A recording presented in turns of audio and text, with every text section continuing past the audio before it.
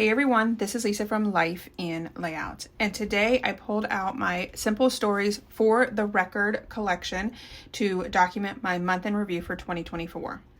I also pulled out this 8 photo 5-pack from Scrapbook Generations. It has 5 sketches that include 8 photos. When I purchased this collection, my thought process was that I was going to start month in review with the year 2024. I thought this would be a nice collection to get my feet wet into month in review. I've only completed one other layout for month in review, and that was during the Dark Side Challenge, which I'm still planning on working through this year as well. After purchasing the collection, I spoke with Nicole, and she said that she also had the idea of using this collection for her 2024 month in review.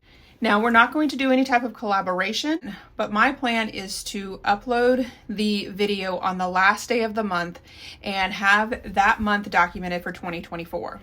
So for January, this one's going to go up on the 31st, and I will do that every single month. When I talked to Nicole, she thought that she may be able to upload her video this month on the last day of the month, but she's not giving me any promises. If she was able to get to her layout, she will have it posted, and she will also be using the same collection. So it's going to be exciting to see how different our layouts are going to be. I know that she purchased a sketchbook from Scrapbook Generation that is more of a calendar view, so she's going to have lots of photos to document, and I'm excited to see that, which I will probably just start looking through my sketches and matching up my sketches with the amount of photos that I have for that month. I'm excited to get an entire year of month in reviews completed. So let's get into the layout. I have cut out the papers that I plan to use for this layout, and now I am cutting down the photos. Most of my photos are going to be either 4x4 or 3x4, but I do have one 4x6 photo. When I was thinking about doing the month in review, it really excited me to be able to get some random photos on a double page layout. All of these photos have a small story that goes along with them, but not enough that I would create a full single page layout for, and definitely not enough for a double page layout. Like the photo with my mom's birthday cake. We had planned to celebrate her birthday at Disney, going to Chef Mickey that year, and I actually have already completed that layout, and I will link it here. But I stopped by her house on her actual birthday to have birthday cake with her, and so I only have one single photo of her with her birthday cake. Not something that I want a full one-page layout on, as well as not enough for a double page layout. I did decide to ink up all of my edges in the faded blue jeans, which is probably one of my favorite blue colors. And then I did decide that I want to matte this one photo of myself and my friend Christina, and I do use the background piece to matte my photo. I am pulling out my layering guides, and I do have a tutorial for that. I will link it here for you if you would like to check that out. So once I got the photo matted, then I went ahead and added the paper back down, and you can't even tell that there is a big hole in the center of my layout. I've already created my New Year's Eve layout for this year, and this photo really didn't fit in with the other photos, and I had planned to do the month in review, so I thought, why not just go ahead and add it over here. So that photo is of us eating our 12 grapes underneath the table on New Year's Eve. But it happened after midnight because you're supposed to start eating the grapes right at midnight. So it's technically January of 2024. When I was looking through the collection, there really isn't a stripe, like the stripes that I like. There's this big bold stripe, and that is the stripe that I end up using in the top and the bottom of my paper clusters. But I realized the stripe is very similar to the paper that's at the top with all of the different words on it. The sketch actually calls for 2 pieces of paper at the top there, a 1 inch and a half an inch, but I had cut down the paper to 1.5 inches before really paying attention to what I was supposed to be doing. So I eliminated that second piece of paper and just added the 1.5 inch paper at the top, which that paper has all these small little phrases on it, and I think that it goes well for this month in review. It has things like, for the record, remember, today, love this, documented. So I'm kind of glad that I did have a 1.5 inch up at the top so that I could showcase more of those words. Once I got the photos down on the right hand side of the layout, I did lay the left hand side of the layout on top of the right so that I could make sure that I lined these photos up. So let me just talk a little bit about these photos. I've already talked about the photo of me and Christina under the table. The next photo was taken on the 2nd of January, and that was the very first layout that I completed in 2024. I had taken a really large break from scrapbooking prior to that, really almost like a 2-year break, and I hadn't been posting videos, I hadn't been in my scrapbook room. There was just a lot of things going on personally that prevented me from mentally being able to get into my scrapbook room. But one of my goals for 2024 was to get back into my scrapbook room. But I started out on the 2nd with just a simple sketch and simple photos. I didn't even film it. I just wanted to be back in my room, and it re-sparked my creativity, and I have not looked back. I did decide that I wanted to back that photo because I felt like it was getting lost with all of that colorful background paper. The photo right below it is of my jury summons. I lived in the Orlando area for over 15 years, and I received 1 jury summons during that time. When I received that jury summons in 2004, I had lived in the county that I currently live in for 5 years, and that was my 3rd jury summons. It was just ridiculous. I have yet to serve on a jury. I don't tend to usually get called back, which is probably why I continue to receive jury summons. But I just think that it's crazy that 15 years and I only got 1, and I've been here 5 and I've already received 3. And the photo at the bottom is a ton of pictures that I printed out after spending a weekend with my friend Abby. She had introduced me to her spreadsheet. I just love that organization, and I was able to get so many photos printed. I did decide to stitch on this layout, and my thought process was to have 1 row of white stitching at the top and bottom. And I do have that row of cameras, and I thought it would be really fun to have a starburst on the side of the camera, kind of like a flash, and I decided to put 1 in each of the colors of the cameras. So I did have to pull out quite a bit of thread. This did take me a little bit longer, but the end result was totally worth it. As you can see at the top of my layout, there is a basil template. These are no longer available. I've only really seen them on eBay or other secondhand stores, but I do have a link at the very bottom of my description in regards to how you can reach out to them and request to have these templates brought back, or templates that are very similar to them.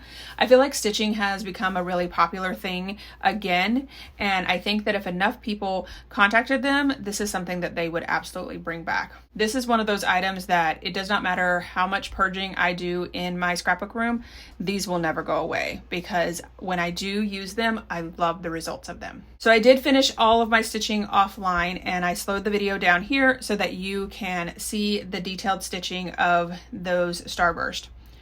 I did realize as I was showing you the stitching that I missed one of the cameras. Over on the far left, there is a red camera that does not have a starburst next to it. I have no idea how I missed that, but it did not take me long to pull out the red thread and put that starburst design in. So you can see here that I'm using the template to pierce the holes, and then I am just creating that starburst design by sewing into the holes. So it really didn't take me that long to complete the stitching. It was just the fact that I had to take the thread off and change it out so many different times because there were so many different colors. So my plan for the 12 months of the year is that I want to use this big sticker. I have all 12 months that came on the sticker sheet. There are also 2 other elements that I want to use on every layout. There is a cluster that has like a bingo card, a calendar, and some type of phrase. This one says it's a new year. And then there's also the big numbers. You can see it over there on the left-hand side, the number 1. Those were the 3 elements that I wanted to make sure that were included on each one of my layouts. So regardless of the sketch that I use, those 3 things I do want to incorporate in each one of my layouts. I am starting to embellish each one of the clusters. I'm going to have a cluster in the upper right hand where the word January is. I'm going to have a cluster up in the upper left hand above the photo, and then I'm also going to have a cluster in the bottom left as well. So I'm not going into these layouts with the mindset of killing this kit, but I don't want to have a ton of product left over when I'm done with this because it is a month in review type collection. So when I am creating these clusters, I'm trying to keep in mind the same thought process that I have when I'm doing the creating with collections. The more is better mentality. So the more pieces that I can get on here, the better. the better it's going to look and the better I'm going to feel by having this collection in my album as opposed to just taking up space in my scrapbook room. So I might be adding some things into each one of the clusters that doesn't really make sense, but I feel like it goes with the theme, it's in the collection, so I'm just going to use it. Now here's where the fun starts. Because I had all my photos down, I had started creating my clusters, and I had forgotten about adding this cluster piece that I wanted to make sure that I included. And it is a pretty large embellishment piece, to the point where I had to end up taking up several of my photos to figure out a placement for this piece. The biggest trouble that I was having was I didn't want to cover up a lot of it. I could tuck it in, but where I was trying to tuck it in on the far left-hand side, it was covering up the word January, it was covering up half the word hello, and I just wasn't liking the way that it was sitting over there. I really wanted it to be tucked in just a little bit so that most of it was showing, which meant that I had to take up even more embellishments. The embellishments that were at the top of the layout were a part of the sticker book, which those are really thin stickers. I even thought about moving the 4x4 photo over a little bit and adding it to the top, but then I felt like I had some trap space between the photo of my friend Christina and my jury summons photo. So I play around with it quite a bit. I actually go off camera and try to continue to play around with it. And I finally settle on this configuration where I added it next to the photo with all of the photos down at the bottom, which means that I probably didn't have to remove any of the photos if I had just stuck with that part. But you live and learn, right? So I finally get it down, and then I start to add back the pieces that I had taken up. Luckily, I was able to pull up the clusters as one piece, so I didn't have to add them back down individually. I also decided to move the camera down a little bit. I did have it next to the photo of myself and my friend Christina, but I think I did end up moving it over just a little bit, and I felt like it was really tight up there. So I moved it down next to the photo of the photos. On the edge of that tab, it says 20, and then it has a line where you can write in the year. I don't like the way that that looks, so I do plan to cover that up with the numbers that come with the collection as well. So I did decide to put that number 1 up on Fun Foam and add it right next to it. I also pulled out my Tim Holtz Tiny Attacher. I forget that I have this thing, but I always love the way that it looks. So I did add it in a couple of the clusters. I then decided to pull out the chipboard pieces, and I added a binder clip to the upper right-hand side. And then I noticed that I now had extra holes without stitching because I did end up moving that photo up at the very top over to the left a little bit. So I had to bring out my stitching tools again to just sew really 2 little holes that were left there. Then I went back to the chipboard pieces and I added a small pink heart to the bottom left cluster. And then I went back to the sticker book and pulled out a paper clip. There's a lot of office supplies in this collection, which is very interesting. Not something that I would normally add to my layouts, but I'm just going with it. So since I added a paper clip to the bottom left, I was like, well, why not add it to each one of the clusters? So I added it up to the top right. I did add it behind that floral. And then since I had that leaf piece up in the upper right-hand corner, I thought, why not add a leaf piece to all of the other clusters as well? So I added it to both the clusters on the left. All right, so let's get back to the photos. So then the next photo that is on there is from the 22nd. And actually somebody asked me about my ear collection, and I took a random picture to send to them. And when I was looking through the photos, I was like, you know what? I should include this because I don't think I have this documented anywhere else. And then there's the photo that I created for Facebook where I have a picture of my mom and myself with each one of the characters at Chef Mickey. And then the very last photo is Eli enjoying some homemade candy pecans on the way home from school. I did decide to use Nicole's decorative technique for the year 2024. I also do not plan on using these 3x4 cards since I already have the word January in that sticker. So I will probably just be using the space around the words as small embellishments. And it was a perfect size to cut out 2024 in the navy. So I did cut out 2024 twice in the white cardstock and then added the navy cardstock on top of it to make it look like a thicker, which is absolutely Nicole's technique, and I will link her tutorial here on how to do it.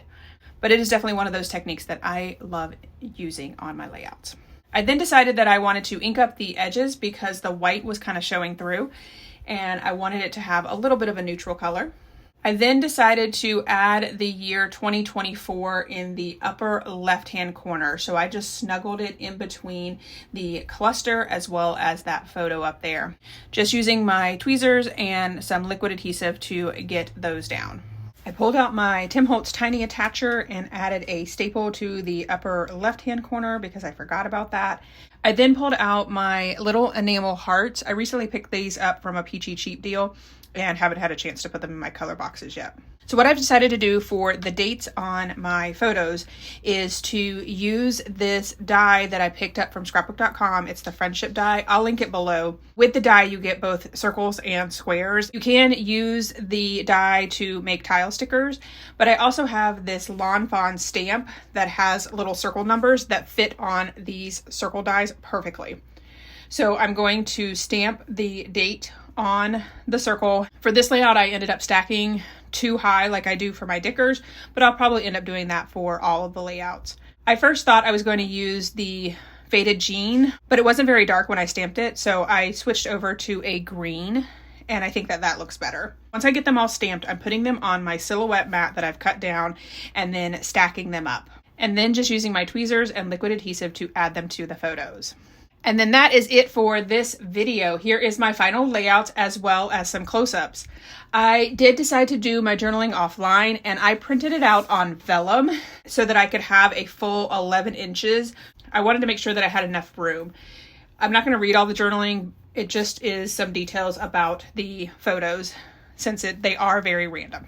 All right, if you enjoyed this video, if you wouldn't mind giving me a thumbs up, I would really appreciate it. If you haven't done so already and you want to see more double page layout inspiration, make sure you hit that subscribe button. Thanks everyone for watching, and I hope that you have a scrappy day.